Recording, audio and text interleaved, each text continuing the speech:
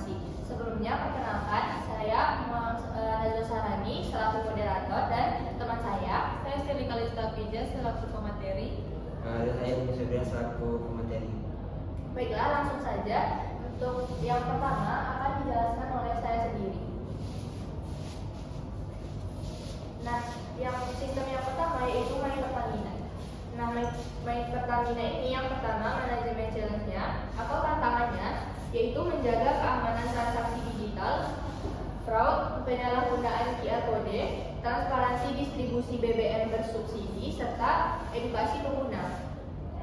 Yang selanjutnya yang perlu dipersiapkan yaitu SOP keamanan, audit berkala, edukasi konsumen dan petugas SPBU, dan juga kepatuhan regulasi pemerintah.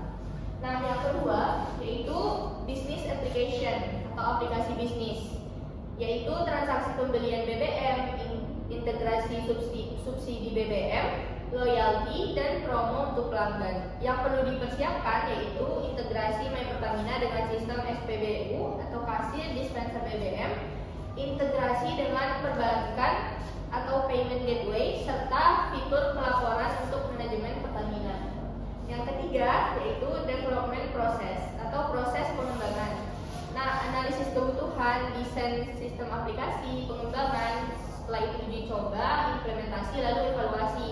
Nah, yang perlu dipersiapkan yaitu tim pengembangan, IT developer, sistem analis, dokumentasi kebutuhan pengguna atau SPBU dan konsumen, serta metode pengembangan atau agile atau Scrum. Yang keempat adalah foundation concept atau konsep dasar. Nah, sistem informasi berfungsi sebagai penghubung antara pengguna atau driver, petugas SPBU, teknologi, aplikasi, QR kode, dan data transaksi. Nah, yang perlu dipersiapkan adalah pemahaman teori sistem informasi, model transaksi digital, keamanan data, serta konsep cashless society. Nah, yang terakhir yaitu information technologies. Komponennya ada hardware, yaitu dispenser BBM digital, mesin kasir, dan juga smartphone. Yang kedua software, aplikasi My Pertamina. Yang selanjutnya ada jaringan, yaitu internet yang stabil, serta server pusat Pertamina. Yang terakhir adalah data, transaksi pembelian, profil pengguna, dan data subsidi BBM. Nah, yang perlu dipersiapkan yaitu infrastruktur server yang handal, aplikasi mobile yang user friendly, enkripsi data, backup dan recovery system. Nah, selanjutnya yaitu ada dana yang akan dijelaskan oleh rekan saya sendiri. Kepadanya saya persilakan. Baik, selanjutnya itu dana. Manajemen challenge-nya yaitu ancaman keamanan digital seperti phishing, fraud, pencurian saldo, dan kepatuhan BI atau OJK. Yang harus disiapkan yaitu enkripsi, autentikasi ganda, sertifikasi keamanan, audit rutin, CS responsif. Kemudian yang kedua yaitu aplikasi bisnis, pembayaran digital, transfer uang, beli pulsa atau token, bayar tagihan, integrasi merchant online atau offline. Yang perlu disiapkan yaitu integrasi bank, payment gateway, loyalty dan promo, dan laporan real time. Kemudian yang ketiga yaitu proses, flow, analisis kebutuhan, kemudian desain UI UX, development mobile, uji keamanan dan performa, kemudian rilis rutin. Yang perlu disiapkan yaitu tim development mobile dan backend, agile server, sandbox testing. Kemudian konsep dasarnya, dompet digital menggantikan tunai, mendukung cashless dan efisiensi transaksi. Yang perlu disiapkan yaitu pemahaman regulasi keuangan, keamanan data, dan interoperabilitas sistem. Yang terakhir yaitu teknologi, hardware seperti smartphone pengguna, server pusat, jaringan merchant, softwarenya aplikasi dana, datanya transaksi pengguna, riwayat bayar, jaringannya internet, dan yang perlu disiapkan yaitu server scalable, monitor real time, enkripsi, dan backup. Selanjutnya yaitu PLN mobile. Tantangannya 24 jam, transparansi billing dan pengaduan, kemudian keamanan data. Yang perlu disiapkan yaitu monitoring server CS 24 jam, compliance energy, keamanan data pelanggan. Kedua yaitu aplikasi bisnis, bayar tagihan listrik, beli token prabayar, pengaduan, gangguan, monitoring penggunaan. Yang perlu disiapkan yaitu integrasi billing PLN, payment gateway, dashboard konsumsi listrik. Yang ketiga yaitu proses, analisis kebutuhan, kemudian desain, develop modul, testing dan implementasi, kemudian update berkelanjutan. Yang perlu disiapkan yaitu tim mobile development, launch test, mekanisme feedback user.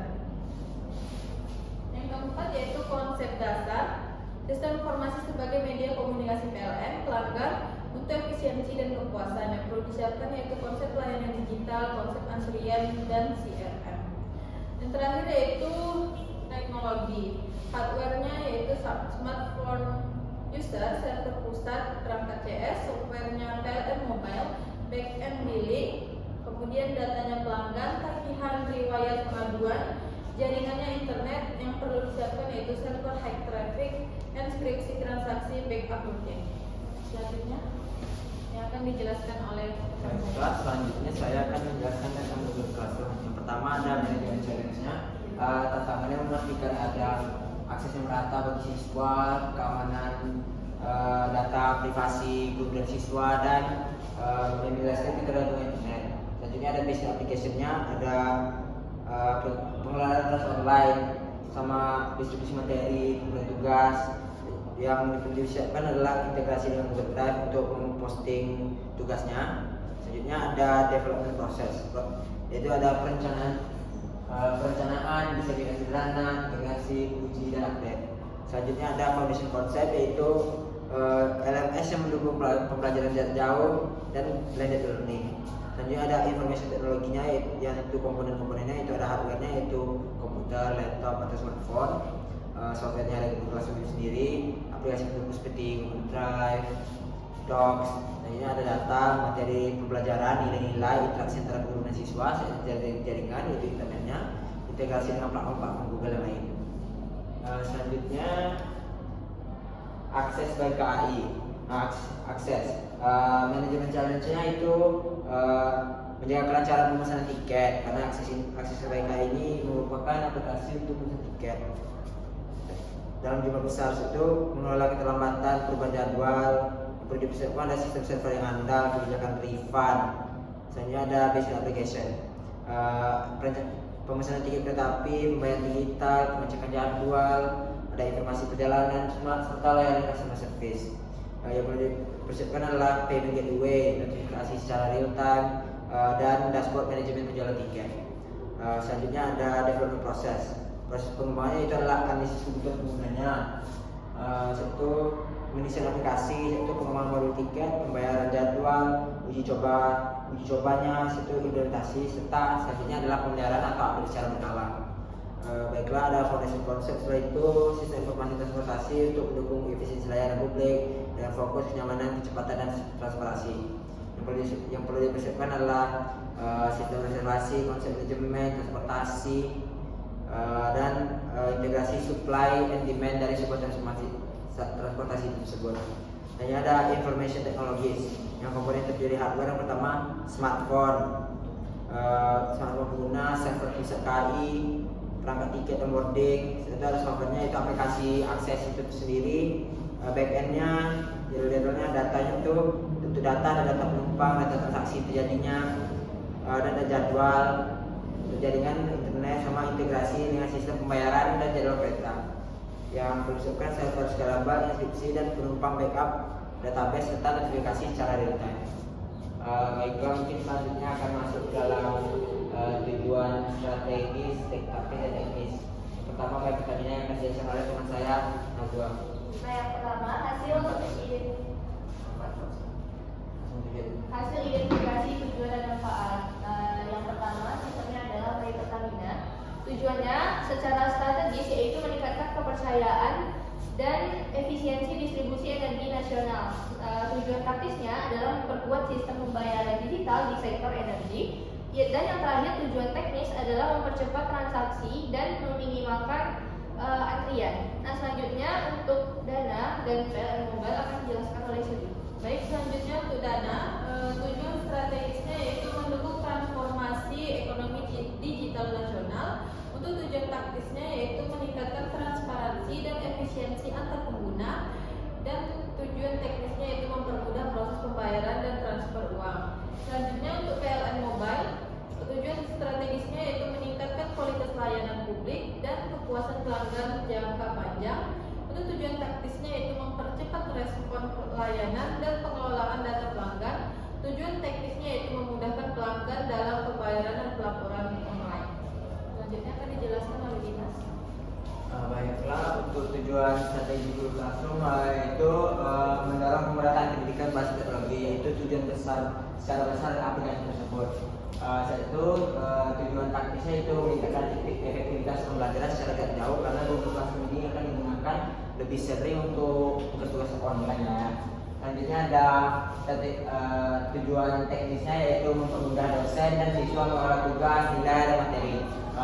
Sebab adanya aplikasi Google Classroom ini, semua penilaian dosen jadi lebih mudah untuk membuat tugas itu terlebih dahulu. Selanjutnya ada KAI akses dengan tujuan strategis yaitu meningkatkan efisiensi dan citra pelayanan transportasi publik. Selanjutnya untuk taktisnya yaitu mengoptimalkan sistem reservasi dan pengelolaan jadwal sehingga lebih efektif dan tidak lama-lama lah ya. Selanjutnya ada teknis, memudahkan pengguna melakukan pemesanan dan pembayaran tiket secara digital.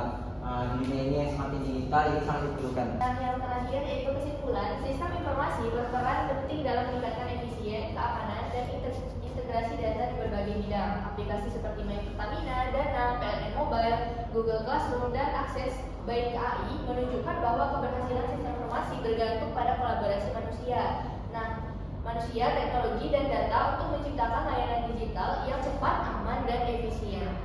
Nah, mungkin itu saja yang dapat kami sampaikan. Mohon maaf jika ada kekurangan. Terima kasih atas segala perhatian. Kami akhiri. Wassalamualaikum warahmatullahi wabarakatuh.